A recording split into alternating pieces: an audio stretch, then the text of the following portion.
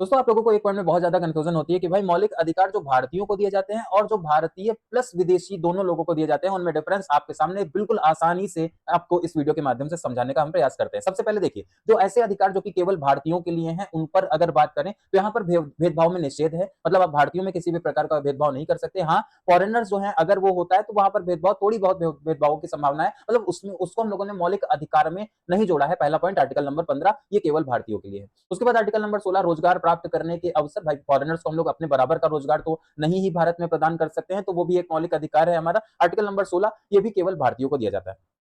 उसके बाद में आता है अभिव्यक्ति की स्वतंत्रता, जिसमें 6 प्रकार की स्वतंत्रताओं का वर्णन है, ये भी केवल भारतीयों के लिए है। मतलब आप भारत के नागरिक हैं तभी आप कुछ भी भारत में रह करके बोल सकते हैं, अगर आप भारत के नागरिक नहीं तो ऐसा आप नहीं कर सकते, ये आपको ध्यान रखना है।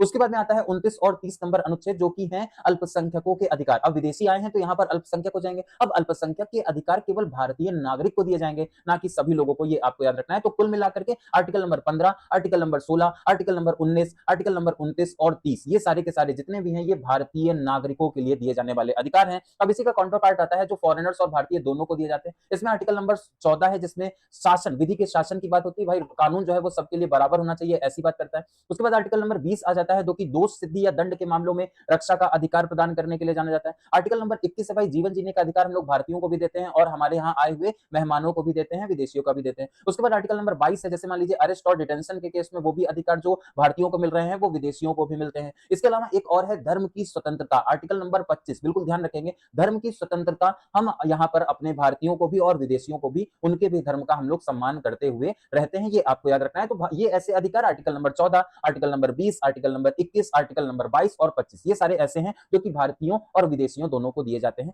एग्जाम ट्रिक के लिए अगर आपको बता दें, ट्रिक याद करने के लिए, तो राजनीतिक विशेष अधिकार केवल भारतीयों को है और मौलिक मानव अधिकार ये विदेशियों को भी दिए जाते हैं, ये सभी को दिए जाते हैं, ये आपको ध्यान रखना है। कैसी लगी इन्फॉर्मेशन आप कमेंट सेक्शन में बताइएगा और ये भी बताइएगा कि किसको किसको अभी तक इस टॉपिक पे कंफ्यूजन था जो आज क्लियर हुआ है। नमस्कार।